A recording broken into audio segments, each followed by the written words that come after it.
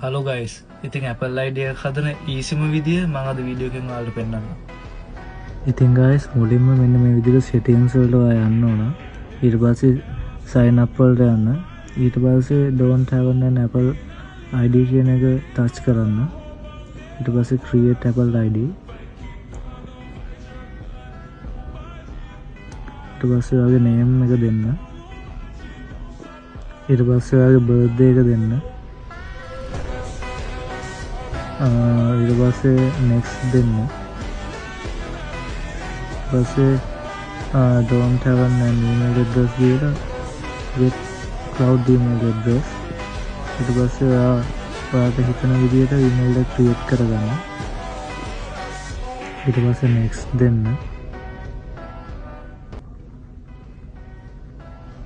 create email address. strong password එක මෙතන දෙන්න guys. ඊට පස්සේ next කරන්න. ඊට පස්සේ ඔයාගේ phone number එක දෙන්න. ඊට පස්සේ guys මෙන්න මේ වගේ code එකක් එනවා.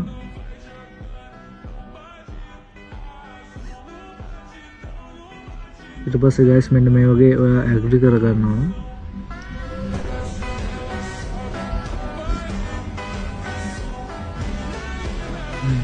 ඊට පස්සේ guys මෙන්න මේ වගේ email iCloud එකක් ඔයාලට හැදෙනවා.